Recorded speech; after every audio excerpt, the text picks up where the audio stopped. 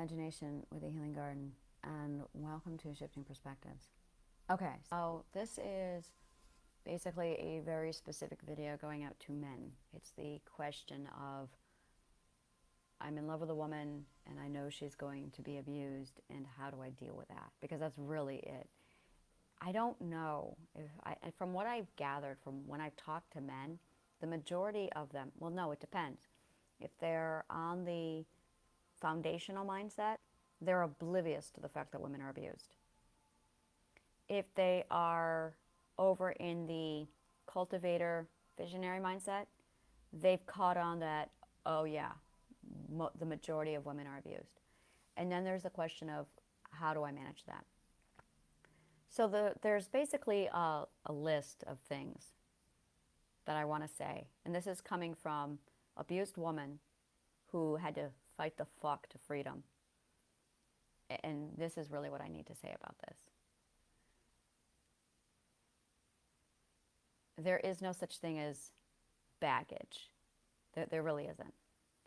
Baggage is a term that basically abusers come up with to not have to deal with the fact that their women were abused by their mindset. You see that a lot from Trump supporters, right-winged, foundationals, anyone less than 4 perspective, anyone less than 5 perspective, where they basically lack accountability. That's what that is. They lack accountability, that their mindset is what caused the abuse.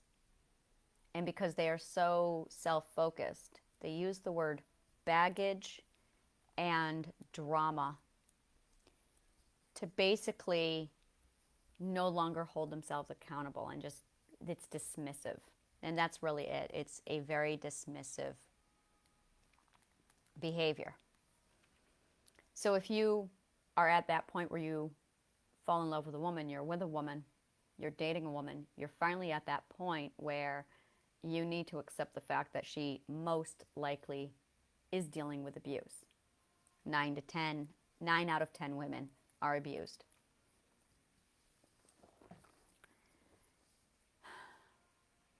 Mostly it's accepting this.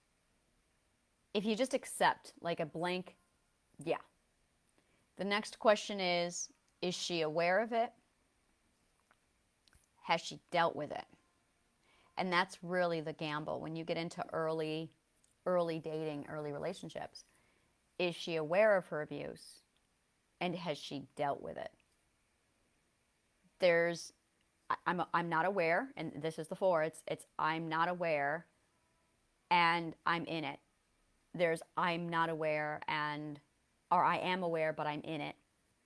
Yeah, and that's it. It's, are you in it or are you out of it? Are you unaware and in, or are you aware and in?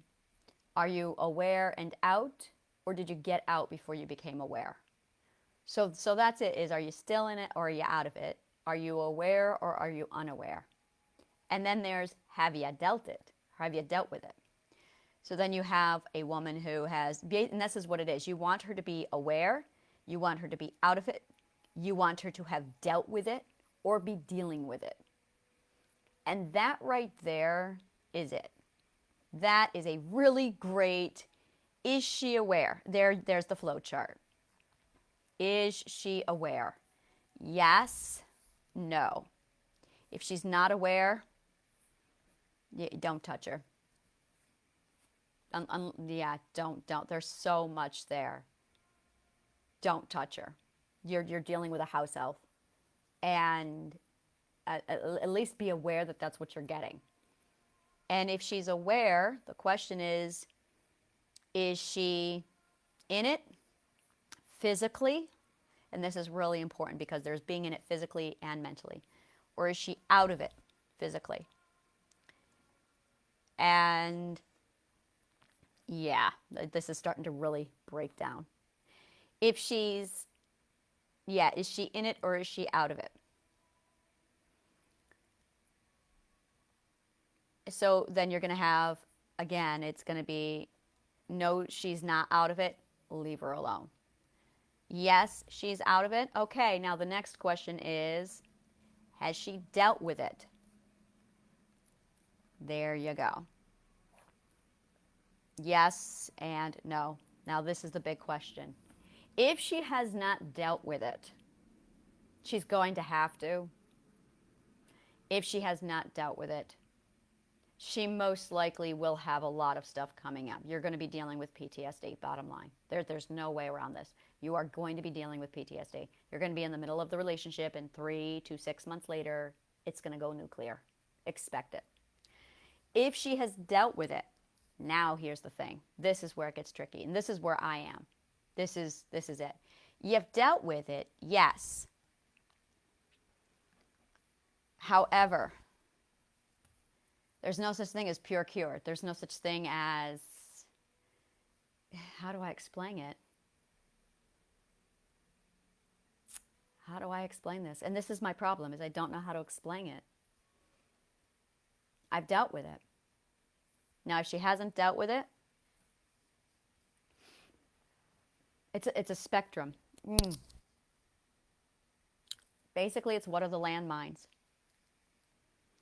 No, it's not that. It's a woman who has dealt with her trauma has had to basically create a lifestyle to allow her to function. That's it. I had to literally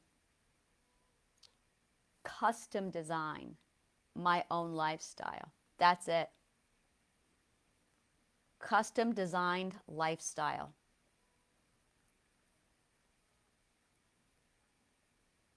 Yeah, that's it.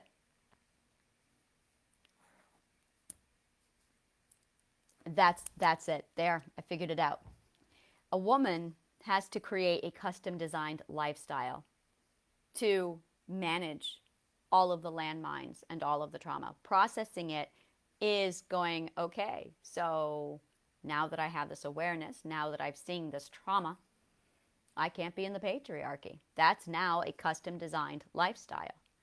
I can't hear the word dating. If you say the word dating, and if you imply it, if you say it, if you bring it around me in the middle of the dinner, I'm not going to be okay. And how I'm not going to be okay is going to be, for me, it's a medical condition, and it's one I can't shake. So here's my problem. Now there's the custom designed lifestyle. There's the good side and then the bad side. And that's it right there. The good side is, look at this unique thing that I invented so I can manage life. Isn't it awesome? And then there's people going, ooh, and that's awesome. I got a lot of people like that. People love hearing my custom designed lifestyle that's so anti-patriarchal, it's so unique, and they're like, what is this thing she's created? And it's like, it's called me being able to function. It's how I can function in this is my custom designed lifestyle. Now the flip side of that is the bad parts of it. I don't know how to bring these up. Yeah, there we go. This is my problem. I have no idea how to bring this up. I don't know when to bring it up.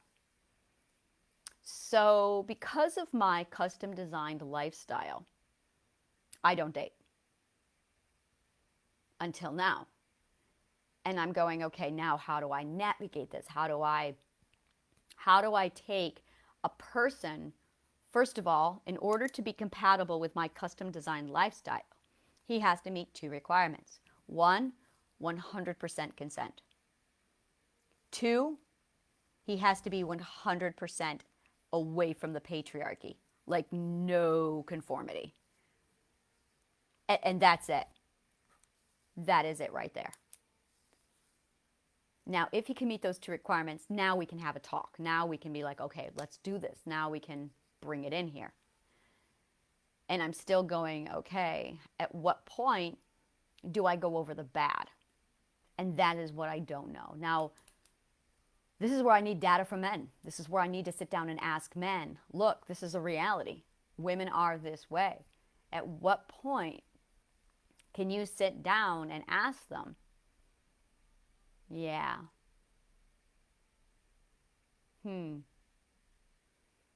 yeah, this is it right here.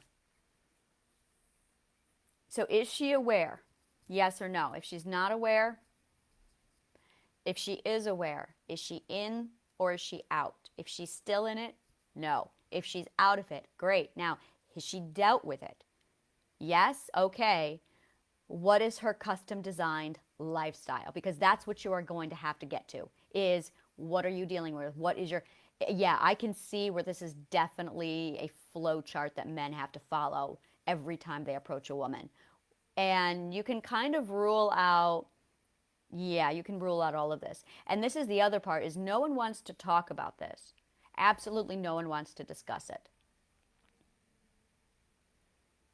And it's not something you want to talk about when you are in the middle of starting up a new relationship.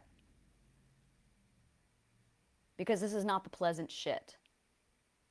Oh, wow, this is not the pleasant shit. Let's talk about this. You're talking about, oh, do you want to have kids someday? Do you want to be married? How do you feel about the poly? Let's talk about abuse. I don't want to talk about abuse. I don't want to talk about abuse. And then that's the bottom line. I don't want to talk about it. I talk about it all day at work. I want to pretend that I was never abused. I want to have a normal relationship. Oh, there it is. That's it right there. That is a reality that I had taken away from me because of this. I wish I was raised free, and I wasn't. So I'm sitting here going, okay, I wasn't raised free, and I never dealt with that grief because I didn't have a house elf mindset. I did not have that mindset of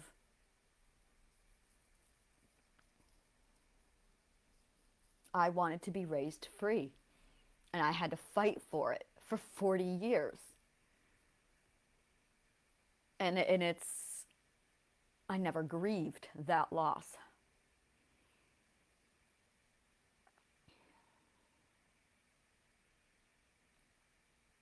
So yeah, with the dating scene, this is a really hardcore reality, is women are in any of this layout and men are,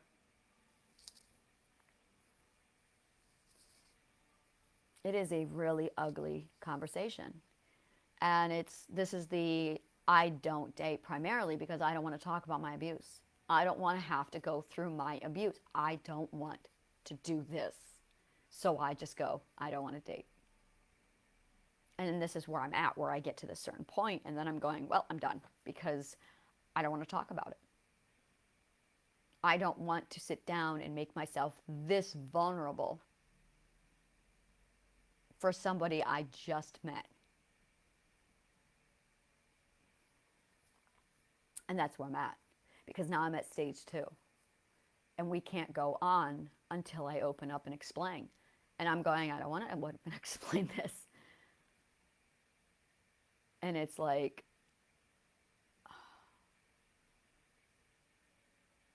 so now I'm stuck at this point, and he's willing to listen to it. And at the same time, I'm like, yeah, but I'm not willing to talk about it.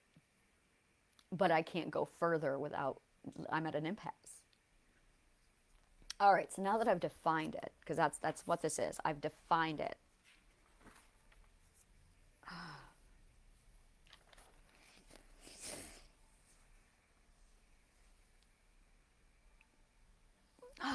And that's it. I've defined it. Okay.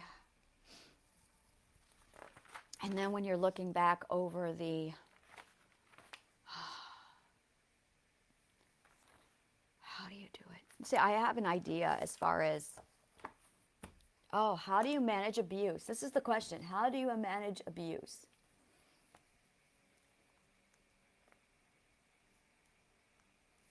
In the relationship.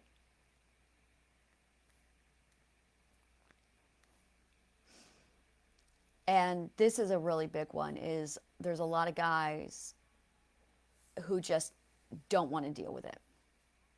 So they just say, I'm tapped out, and they walk away.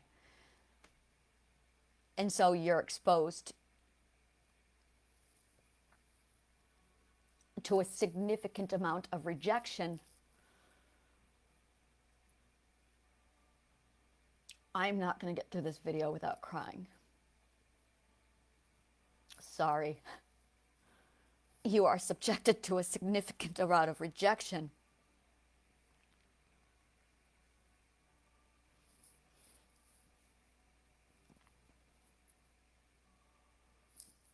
For something that was done to you that you had no control over. You did the responsible thing, and you got help, and you took care of it. But you still can't deal with certain things.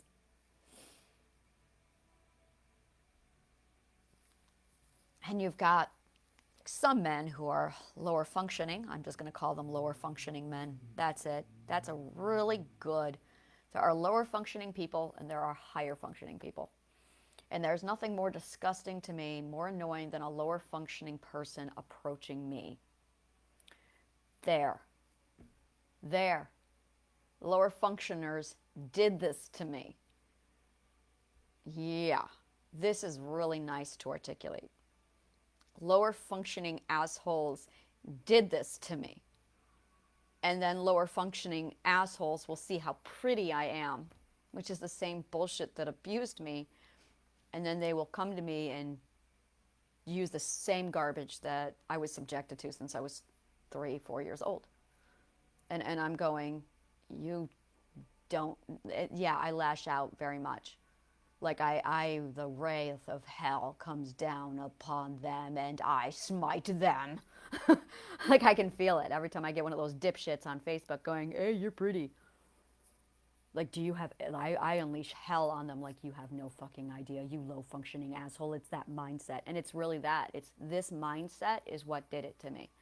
So here I am now, incapable of functioning. Now, incapable of functioning for lower functions. And so if you get over to the higher function, I don't know. I was abused by lower functions. And now I'm sitting here going, okay, my rejection rate is now going way up because this is what we call the bullshit factor, the baggage. Which is why I have my partner, is because my partner stuck by me through it all. So I know he loves me. I can trust him because while all the bullshit was going, while I was dealing with all of the mental garbage, he was by my side the entire time. And he did not, and he still has not abandoned me. And I'm going, dude, solid. He's got my back. I know he does. I got his. Solid. He's going through his bullshit, and I'm right there with him going, I'm right here. I'm right here. There's no rejection. And that's just it. Between he and I, there is no rejection. We are right there. And I'm sitting here going, okay,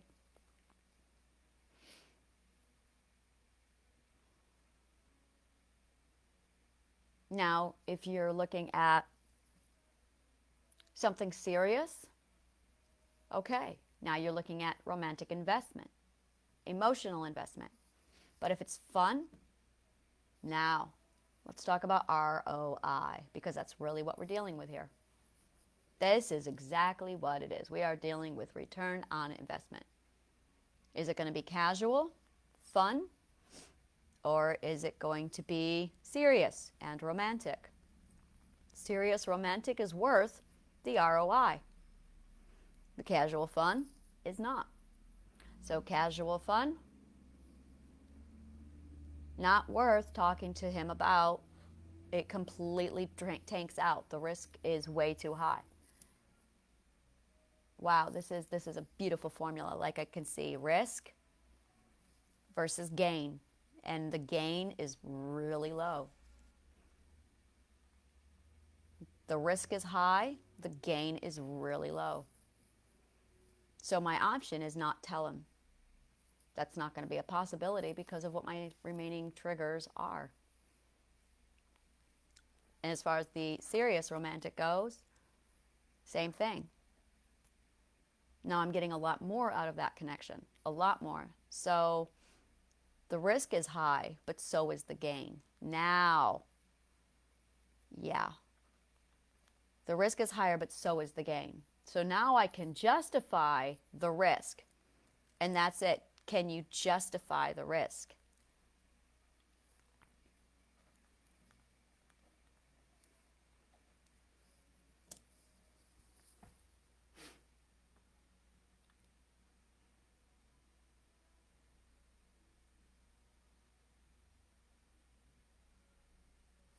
And it's the risk of rejection.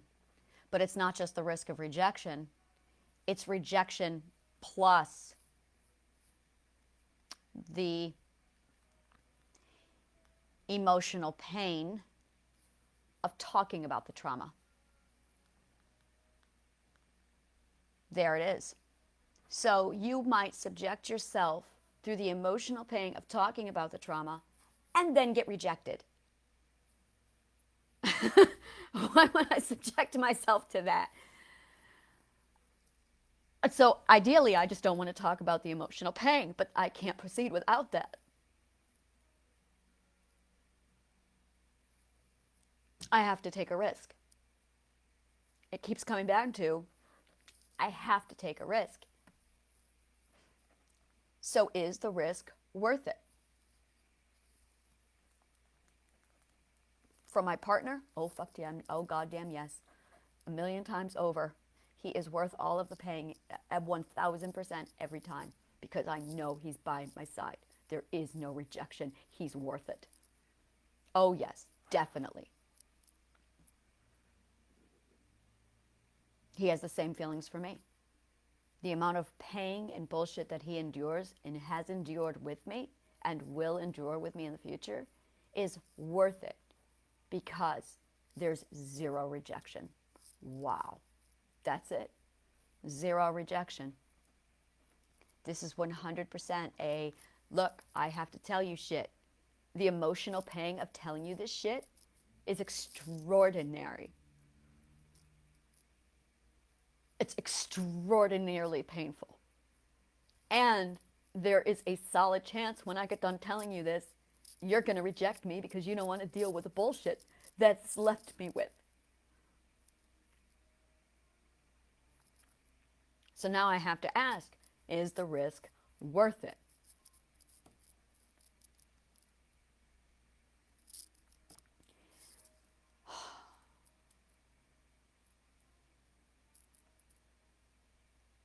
And what's funny is when it comes down to men, let's take a look at this from a man's point of view.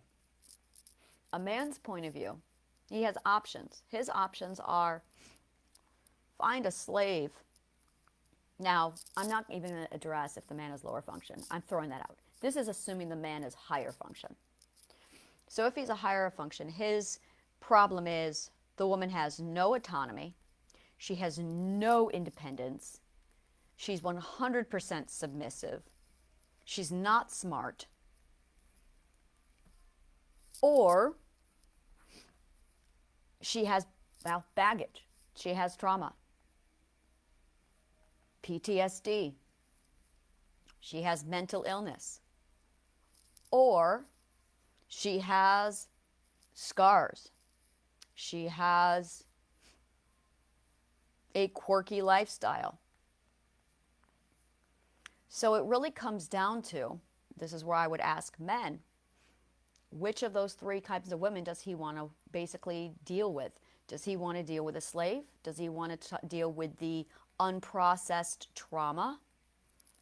Or does he want to deal with the aftermath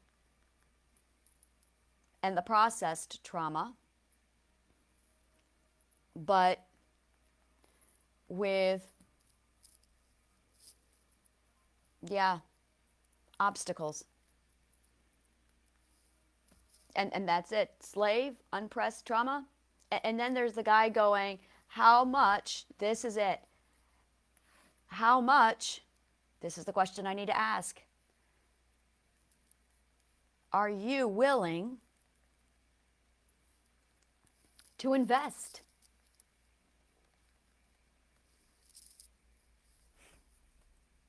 That's the question. A man's point of view is investment. This is really horrible, but it's the way it is. You are investing. Do you want a high investment or a low investment? Now, if it's a romantic, it's sexual, it's intense, it's serious, high investment. If it's casual fun, friends with benefits, it's low investment. So if it's a lower investment, they're going to be putting in or wanting to put in less BS. And that's it. They have zero tolerance. Why would you tolerate the BS for a low investment? That's it right there. Which means casual relationships most likely will be out of the question for me. And that's the question I need to ask. Is he looking for a high investment, a high ROI, or is he looking for a low ROI? There's the question I need to ask. God, I love this side of my business brain. Are you looking for a high ROI or a low ROI? That's the question I need to ask. Are you looking for a high ROI with this relationship or a low ROI? Because if he's looking for a low ROI or ROI, that increases the risk. That significantly increases the risk for low gain. Low gain is now low ROI on his side of it. There's the formula. I found it. So on my side of it, I'm going, high risk, and is this going to be a high risk? And well, what do I want? Now I'm asking the question, what do I want? Now it's time to ask the question, what do you want? There you go. What kind of a relationship do I want? What kind of a thing, click, click, thing do I want? All right. So that's the first question I need to ask is what kind of a thing do I want? The next question is how much is he willing to invest? And the third question is how much am I willing to risk for the ROI? Boom. Those are my three questions.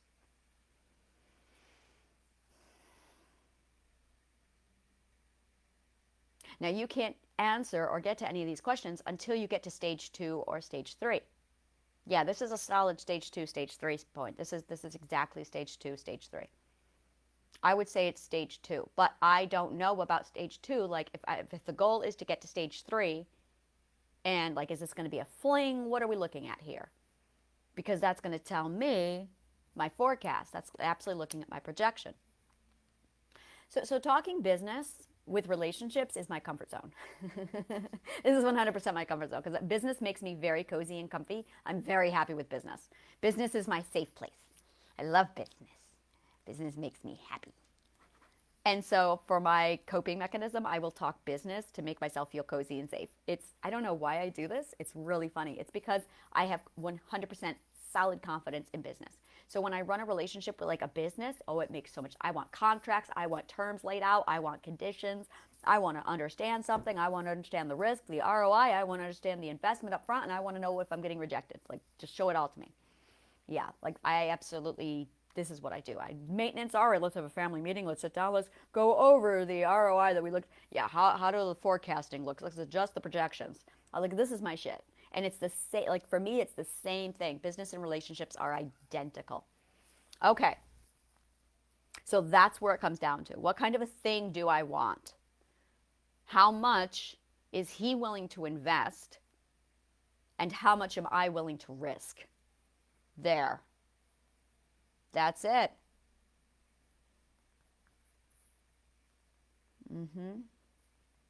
Now, this is the fun part. This is it. If you have not gotten to this point of a conversation, you have no fucking business having sex prior to it. Oh my God.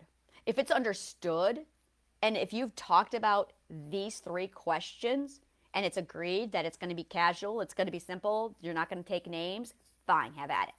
You can get that done in 5 minutes or less.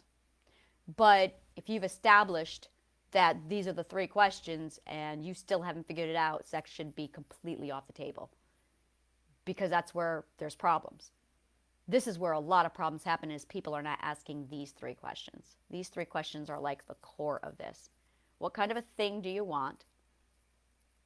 How much are you willing to risk? And how much are you willing to invest? Now, those answers are going to be determining, those answers will determine how much I want to put myself out there. And I'm not about to sit there and start going into, this is my trauma past. This is what we're dealing with. These are the obstacles. Now I'm going to present you with my obstacles. Now, and that's it. Depending upon the answer leads to the fourth one, discuss the obstacles. And this has been my problem with relationships. I was discussing the obstacles before this part was even presented. So I would meet somebody, I would tell them all about my obstacles, and they'd go, yeah, bye, see ya, and they'd abandon. And I'd be like, what the fuck? It's because I did not assess if the risk was worth the investment. Or I assumed a high risk, yeah, I didn't get any of the information. So I should not discuss my traumas with anybody until I establish what kind of a thing do I want, how much is he willing to invest, and how much am I willing to risk. See, for me, it's a risk, and for him, it's an investment. This is fascinating. Wow. And none of this can be determined until you've done at least 1 to 2 discovery dates. That's it. Oh my God, this is amazing. I love this shit. Okay, this makes sense. So you should have 1 to 2 discovery dates. And then you need to have this conversation. Not talk about the trauma. Talk about this. And then once you decide what that is, then it's, all right, now we got to figure out how best to go about the trauma. All right, all right. All right, this makes sense. I can't even talk about sex at this point until this has been established. All right, then. There is a very much an order of operations. Listen to me. Like I said, I love business. All right, so this is the order of operations for dating. That's actually what I'm doing here. The orders of operation for literally new and preliminary relationships. New and preliminary. This isn't even the relationship. This is just the startup of a relationship. How are we all doing here? New and preliminary relations. That's it. Holy shit. Oh, I love this shit. This is so amazing. By the way, I'm totally doing this for me so I can navigate dating and relationships and friendships around all of this. Oh my God, this is beautiful. Now, here's the thing. This is it. If you haven't gotten to this stage, this is stage 2. I'm going to call this the stage 2. The stage 2. Yeah. So you have stage 0. Stage 1. And then stage 2 is, that is when you have that's when you have the talk. It sounds so like, ooh, the talk. Stage 0 is from strangers to curiosity. Stage 1 is the discovery date. Discovery dinner. And that really is the question, sex, what is this? Assess it. Basically, it's all right, you've evaluated. Do you need to do another discovery dinner? Are you good? So there was, and this was meeting 1. This was the casual meeting, and we spoke for about 30 minutes. And then the discovery dinner was, let me think about this, 6, 7, 8, 9, 10, 11, 5 hours. One more time, I want to go through that. 7, 8, 9, 10, 11, 5 hours. So I would say so far we have spent a total of 5.5 hours together. 5.5 hours. Wow. Fascinating.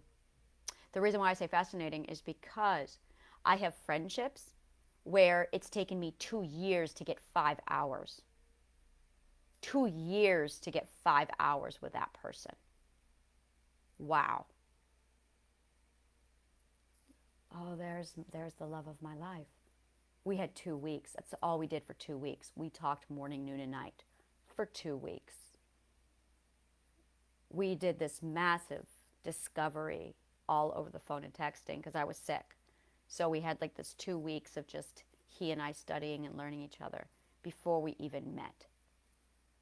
And then when we met, the chemistry and the pH and everything just clicked. It was perfect. That explains a lot.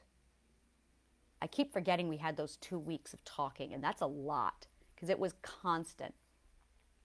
So we had the 30 minutes and then we had the 5 hours. And now it's like, okay, now I'm ready. All right.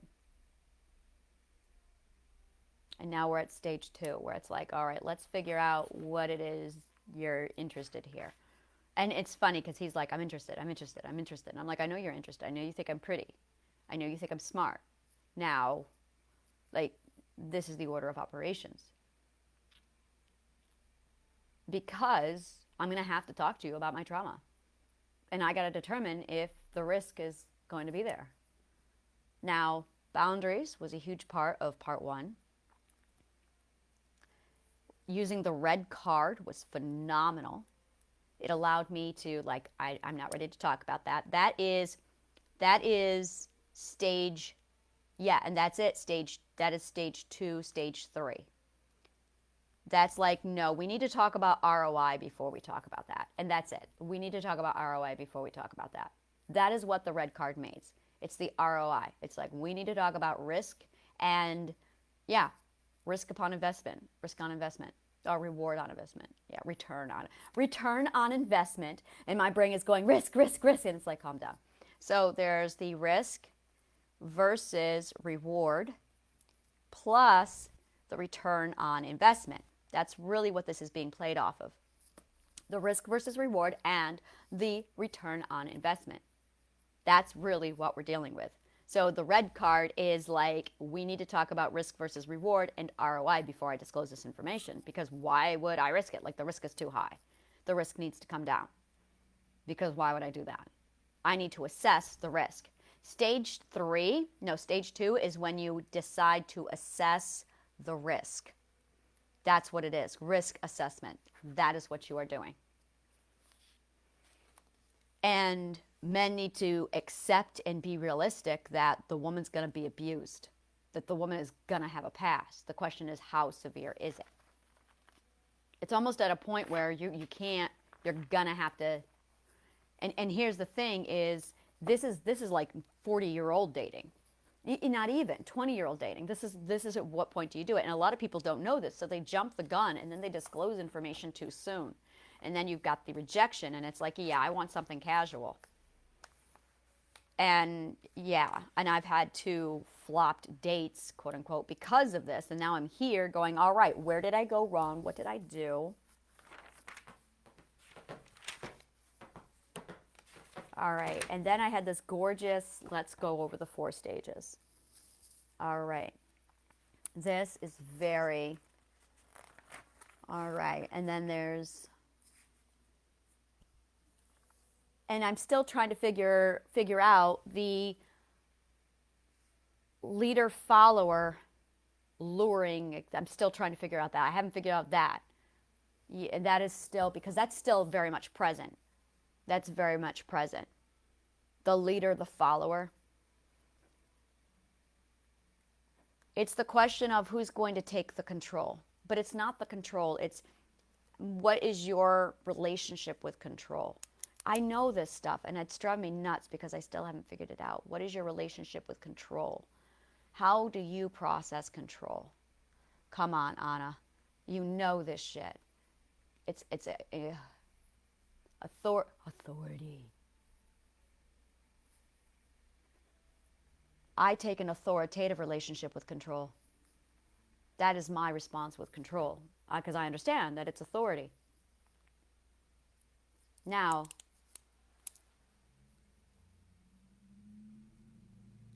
God, I can't, there's something I'm missing here. Fortunately, I have another date next week, so I'll be able to, like, figure that out with him. I'll have to figure this out, yeah. All right, I'm figuring this out. I'm loving this social stuff. I'm really loving it. All right, that's definitely it. Okay, yeah, okay. I'm going to go ahead and shut this down, process, think. Yeah, I got to process shit and think about it. All right. If you want to join my community, take a look at the link below. Thank you so much, and may the kindest of words always find you.